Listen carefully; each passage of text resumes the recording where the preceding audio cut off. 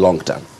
You know, you talked about, I was very interested in the research, and I was, you know, I put it, I don't know if it was done in terms of leadership. I mean, the fact that, say, West Africans have the lowest, is a futuristic, what did you tell me again? Long-term orientation. Long-term orientation. And I was wondering what in particular were they looking at when they did that research? Because we shouldn't forget also that we also seem to come from a background where you're told to be content for each day what you have, and do not look too far ahead into the future, lest you become so ambitious or so worried about it that you forget the present. So do you think that that orientation as well could have been, you know, a factor in our loss of long-term orientation? I mean, it's probably a lot of different factors. I think a lot of these are socialization issues too. So is it necessarily a bad thing? And I think it was Debbie Kuhlman who said that everybody should learn to develop bifocal vision. Bifocal meaning the one for today and the one for the distant future. Now, where there's a problem is not that you don't see today. You should see today. Everybody sees today. Even the people that they say do not have great long-term orientation, they see today. But the difference is that if you have, like, it's like when you're driving a car.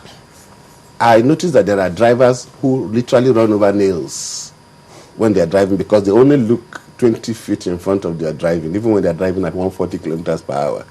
A lot of accidents are avoidable.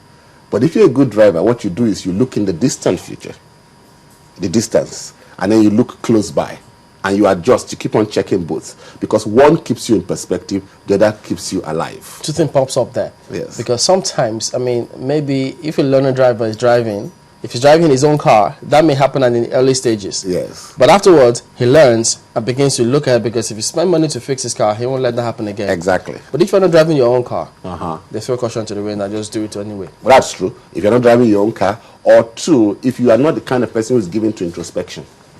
One of our problems is that we are not a very introspective people. We generally externally attribute. The reality of it is that if something goes wrong, you likely have done something to facilitate. You may not have been the cause, but you facilitated it one way or the other. Analysis means you sit down and you say to yourself, what have we done wrong? But this, part of it is also our lifestyle. Let me say that. Take a typical Nigerian. Why is a Jeep so important to us? It's not because it's a car. It's because we believe. I told someone once that if you check out how much we spend on burials and on ceremonies, it's amazing. I had a friend of mine, when he was going to get married, not one of his uncles or people will give him money for his wedding. And his business was having problems. Then his father died. And he had this delegation of elders who said, your father was one of us. He must be buried fittingly. And they therefore came together with multi-millions and cows to bury a man, not thinking of how his son will survive after his father has been buried. Now, when you go around, you see that same thing happening. You are a minister in government. You end up with so many official cars, and yet you complain that the ministry has nothing. I mean, take most of our ministries in federal government, state government. You find it difficult to say they are anything other than clearing houses for operations. You walk into offices, and it's in the private sector, you have the same thing.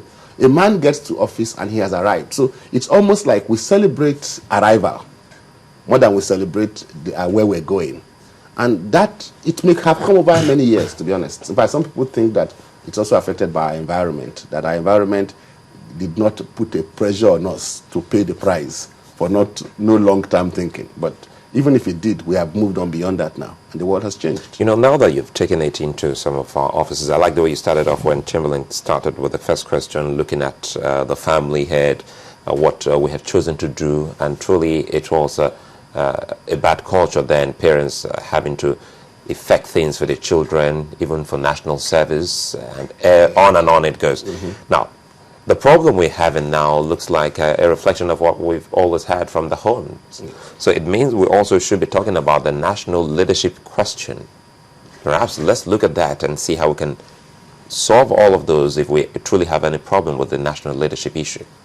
I think one of the things we need to do, which is very important, first of all, as a nation, is we need to accept the fact that most of our current holders of leadership position, and I always make that a serious distinction, everybody is a leader of one sort or the other.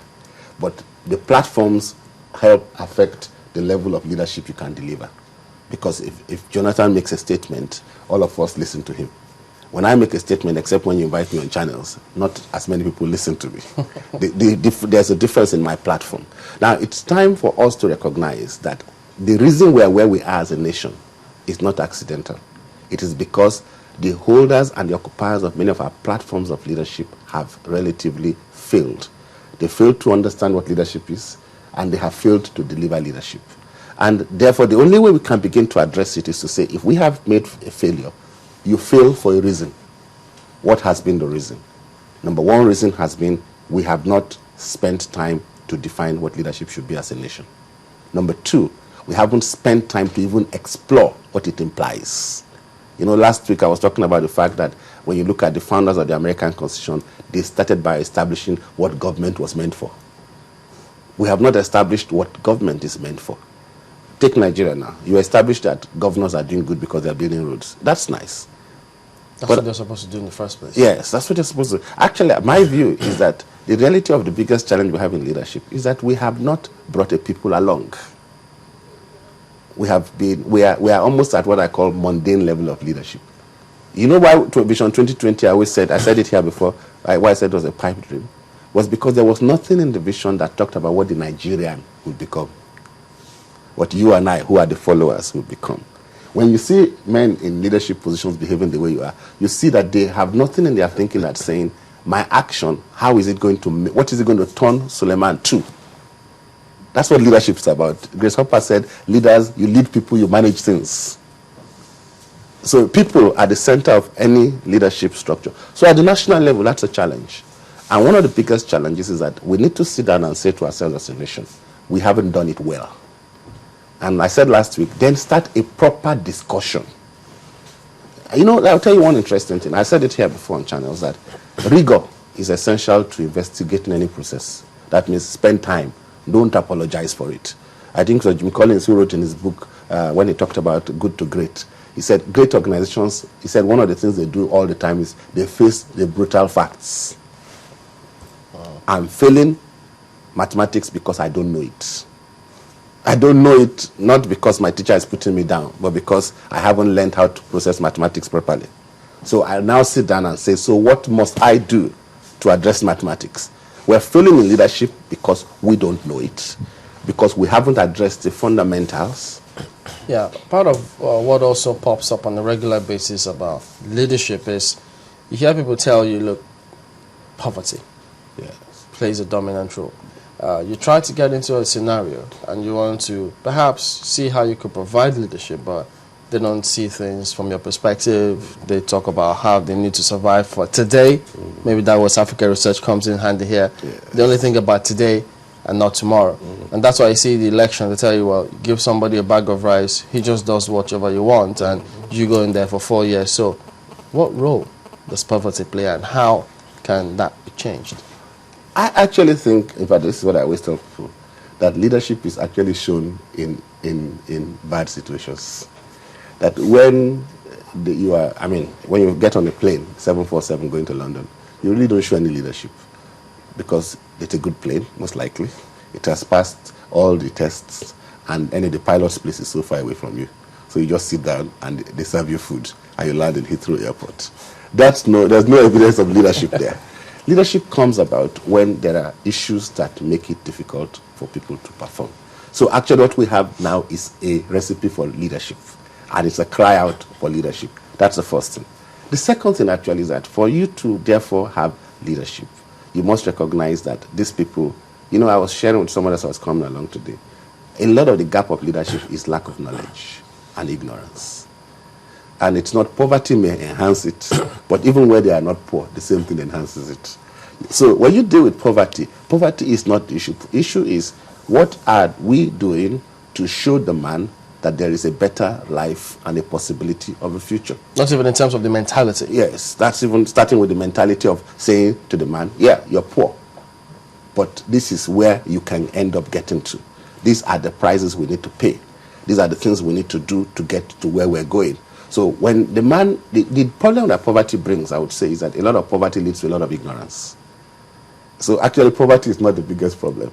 It is the ignorance that is the biggest problem, because some people are wealthy. Just like a friend of mine says, some people have gone to university, but their lives have not changed. They're not better than the thugs on the street. I've listened to university graduates who talk like thugs, basically. So it meant that their problem was not the education, but the mindset that they never changed where they were there.